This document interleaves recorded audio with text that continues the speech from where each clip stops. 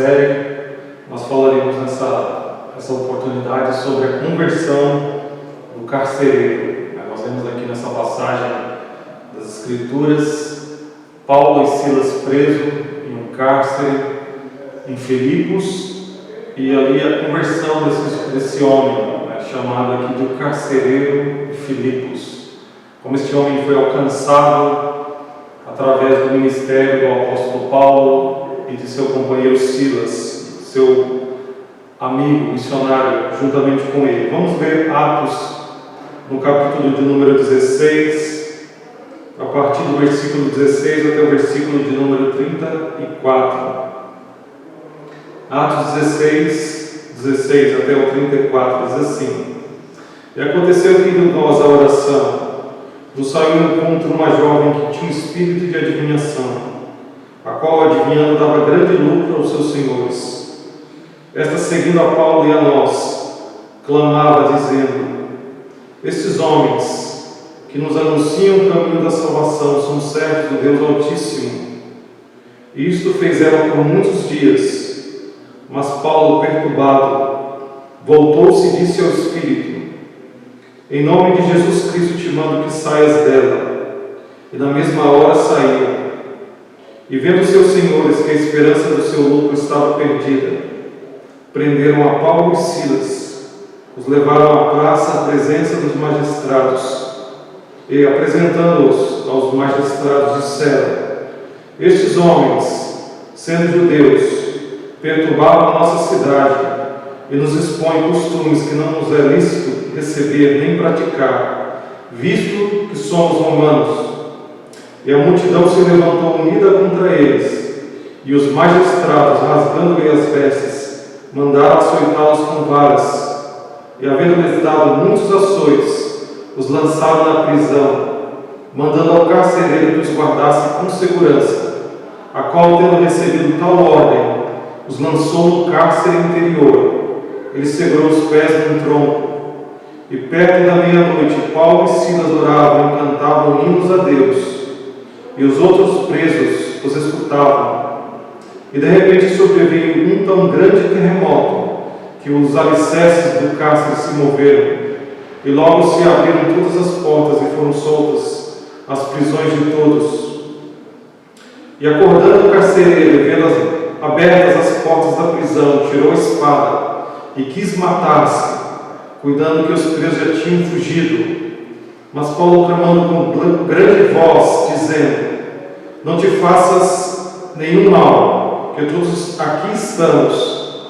E pedindo-lhe, saltou dentro e todo trêmulo, se prostrou ante Paulo e Silas, e tirando-os para fora, disse: Senhores, que é necessário que eu faça para ser salvo? Eles disseram: Crê no Senhor Jesus Cristo e será salvo tu e tua casa. Eles pregaram a palavra do Senhor, e todos os que estavam em sua casa. E tomando-os ele consigo naquela mesma hora da noite, lavou-lhe os vergões, e logo foi batizado, ele e todos os seus. E levando-os à sua casa, lhes pôs à mesa, e alegrou-se de que com toda a sua família havia crido em Deus. Então nós temos aqui essa conversão extraordinária do carcereiro de Filipos. A Bíblia nos fala a respeito deste homem um pouco. Nós vemos o contraste na aula anterior entre este homem e Lídia. Lídia é uma mulher culta, uma mulher inteligente, uma comerciante.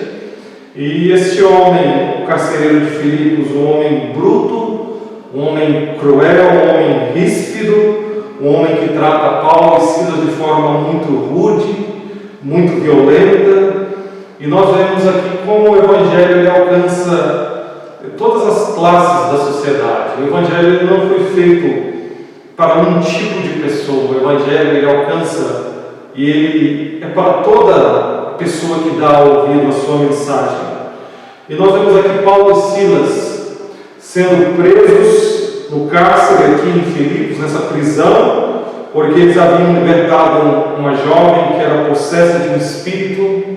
E após essa libertação, aqueles homens da cidade se ofereceram grandemente porque o seu lucro ali havia sido perdido. Eles ganhavam dinheiro com aquela jovem, com aquela situação tão terrível em que essa jovem vivia, e eles não se importaram com aquela jovem agora estar sã, estar bem, mas simplesmente que eles haviam perdido ali o seu lucro e levaram Paulo aos magistrados, aos governantes da cidade. Eles foram assim açoitados com varas e foram lançados na prisão e guardados por este homem carcereiro. E o que nós vemos desses discípulos do Senhor, Paulo e Silas, que mesmo ali na prisão, preso com seus pés amarrados em um tronco, eles não estavam resmungando, eles não estavam tristes, mas eles louvavam e eles cantavam ao Senhor e oravam a Deus dos céus. Eles, nessa situação, nós vemos a atitude que eles tinham diante de Deus, e isso impactou certamente aquele homem. Aquele homem, ao ouvir aqueles louvores, aquelas orações, ele começou a enxergar a sua própria pecaminosidade, a sua própria violência, os seus próprios caminhos maus. Talvez ali ele tenha sido confrontado pela primeira vez com os seus pecados. Ele sentiu ali os seus pecados, ele sentiu ali a sua necessidade de perdão e de vida eterna. Então aquele homem que anteriormente não tinha preocupação para com a sua alma, não tinha preocupação para qual seria o destino quando ele morresse, quando ele partisse desta vida, aquele homem passa a preocupar-se com essas coisas. Aquele homem passa a ver que aqueles dois homens tendo sido tratados de forma tão violenta, tão ruim, que só haviam feito bem às pessoas, haviam feito bem àquela jovem, libertando-a pelo poder do Senhor Jesus Cristo, estavam ali, mas eles não revidavam, eles não pagavam mal ao mal. Aquilo certamente agiu no coração daquele homem. Ele ficou com essas coisas no seu coração e começou a pensar na sua própria maldade, na sua própria violência, e aquilo trouxe sobre ele, talvez nós pensamos, ao ler o relato, que ele tenha pensado em se ele poderia ser perdoado também por Deus, se ele poderia também ser uma nova criatura semelhante àqueles homens, uma nova pessoa, que ele poderia realmente ter um novo coração.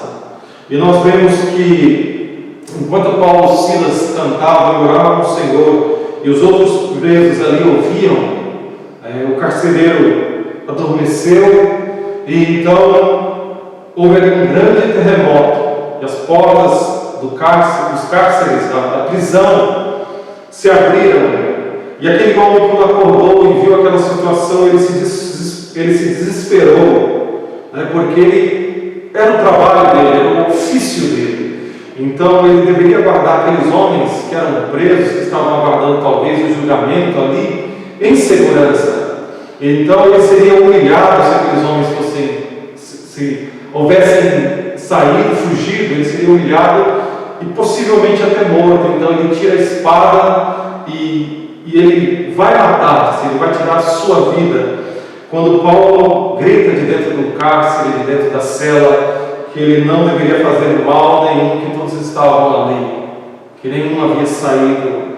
Então aquele homem, ele se lança para dentro da prisão, tira Paulo e Silas para fora e fala essas palavras, que deveria ser a pergunta que deveria cada um de nós fazermos: o que é necessário que eu faça para ser salvo?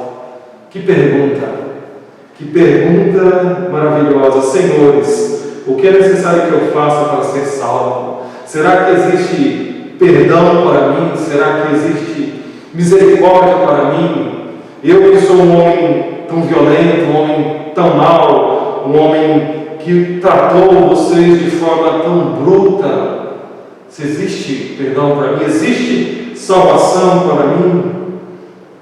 E Paulo diz para ele essas palavras maravilhosas, e eles disseram, Paulo e Silas: crê no Senhor Jesus Cristo e serás salvo tu e tua casa. Eles pregaram o Evangelho da graça redentora.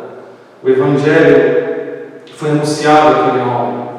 E o Evangelho mostrou para ele o que era necessário que ele fizesse para ser salvo. O que é necessário que nós façamos para que nós sejamos salvos?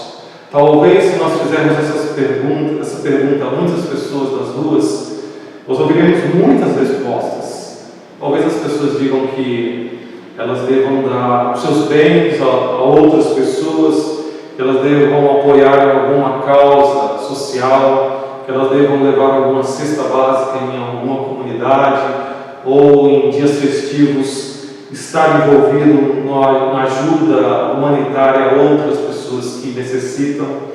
Todas essas coisas têm o seu lugar, são importantes, mas essas coisas não são suficientes para salvar.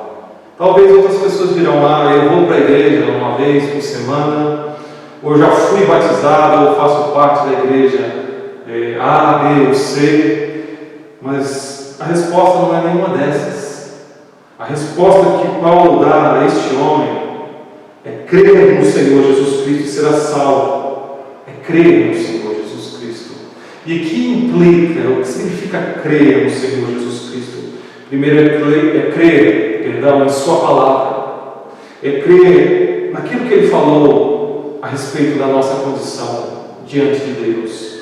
A Bíblia fala que nós pecamos, estamos destituídos da glória de Deus. A Bíblia fala que o salário do pecado é a morte. Então nós devemos crer nas coisas que as Escrituras dizem ao nosso respeito, porque as palavras das Escrituras são as palavras do próprio Cristo. Então nós devemos crer naquilo que o Senhor fala a respeito da nossa condição, que nós estamos perdidos, que nós estamos falidos, que nós não podemos alcançar a nossa salvação pelas nossas obras. Nós devemos crer também que existe um único meio de salvação, o único caminho de salvação, que é o Senhor Jesus Cristo. O Senhor Jesus diz: eu sou o caminho, a verdade e a vida. Ninguém vem ao Pai senão por mim. Nós devemos crer que existe um único caminho que foi dado por Deus, pela qual nós devemos ser salvos. Nós devemos crer que essa salvação foi alcançada através do sacrifício do Senhor Jesus Cristo na cruz do Calvário. Na cruz do Calvário, o Senhor Jesus Cristo quitou a dívida, pagou a dívida de todo aquele que crê nele, que vai a ele. E nós devemos crer que o Senhor Jesus Cristo é o único e suficiente Salvador, de que se nós nos arrependermos dos nossos pecados e confessarmos a Deus os nossos pecados e buscarmos a Ele de todo o nosso coração por perdão, por vida, nós seremos aceitos, nós seremos recebidos no céu, nós seremos salvos. Crê no Senhor Jesus Cristo e será salvo. Eles pregaram a palavra do Senhor e a todos que estavam em sua casa. E tomando ele consigo naquela mesma hora da noite, lavou os vergões e logo foi batizado. Ele e todos os seus, ele foi transformado. A salvação, ela traz junto consigo a transformação, a mudança. Qualquer pessoa que diz ser salva, que diz ser convertida, mas que todavia não tem mudança, não tem transformação, ela precisa verificar se a sua conversão foi genuína ou se foi uma conversão falsa. Porque a conversão consigo, ela traz mudança, ela traz transformação. Nós nos arrependemos dos nossos pecados, nós voltamos as costas para os nossos pecados e passamos a viver para Deus. Nós vemos a transformação deste homem. Nós vemos que ele lava os vergões, as feridas de Paulo e Silas, que foram lançados ali ensanguentados, cheios de feridas, de hematomas. Ele lava e ele cuida. Ele os põe à sua mesa, ele os serve com grande alegria em seu coração. Que grande mudança nós vemos na vida deste homem. Agora ele tem gentileza, ele tem bondade. Agora ele se dispõe a servir, a tratar os outros com mansidão. Que transformação a conversão traz.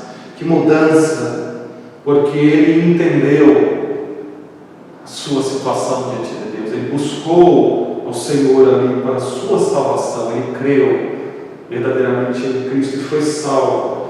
E aqui diz que ele se alegrou de que também toda a sua família haviam crido em Deus. Sua esposa, possivelmente os seus filhos, até os seus servos, creram na mensagem do Evangelho e entenderam a mensagem do Evangelho anunciada por Paulo e Silas e receberam pela fé, se arrependeram e creram. Então aqui nós temos essa passagem maravilhosa que mostra a conversão deste homem, o carcereiro de Filipos. E como este homem tão brutal, tão violento, foi salvo pela fé no Senhor Jesus Cristo, foi transformado, foi-lhe dado uma nova vida, um novo coração, e ele passou a servir aquele que ele antes odiava, aquele que ele antes usava de violência. É isso que a conversão traz, meus queridos. Que você possa experimentar também a conversão em sua vida. Talvez você não seja tão violento quanto este homem, que você não esteja agindo para com a palavra de Deus, para com o servo de Deus, da mesma maneira, mas todos nós temos um ódio em nosso coração contra as coisas de Deus. Todos nós, quando deixamos de lado as coisas de Deus, quando nós rejeitamos o chamado de Cristo, de ir a Ele, de nos arrependermos, de depositarmos a nossa fé nele, nós estamos demonstrando um ódio em relação a essas coisas, porque essas coisas elas ofendem a nós. Elas dizem que eu necessito de salvação, que eu, pelas minhas obras, pela forma que eu vivo, pela minha religião, pelo meu batismo, eu não posso ser salvo, que eu necessito exclusivamente de Cristo e daquilo que Ele realizou na cruz do Calvário. Então isso causa uma certa antipatia, um certo ódio em nosso coração. Então nós precisamos que Cristo remova essas coisas no nosso coração. E essa remoção só pode vir pelo arrependimento de pecados e pela fé no Senhor Jesus Cristo. Aí então nós seremos transformados. Amaremos a Deus e amaremos a sua palavra e o seu povo. Assim foi com este homem. Que seja também com você. Que Deus abençoe a sua palavra e o seu coração.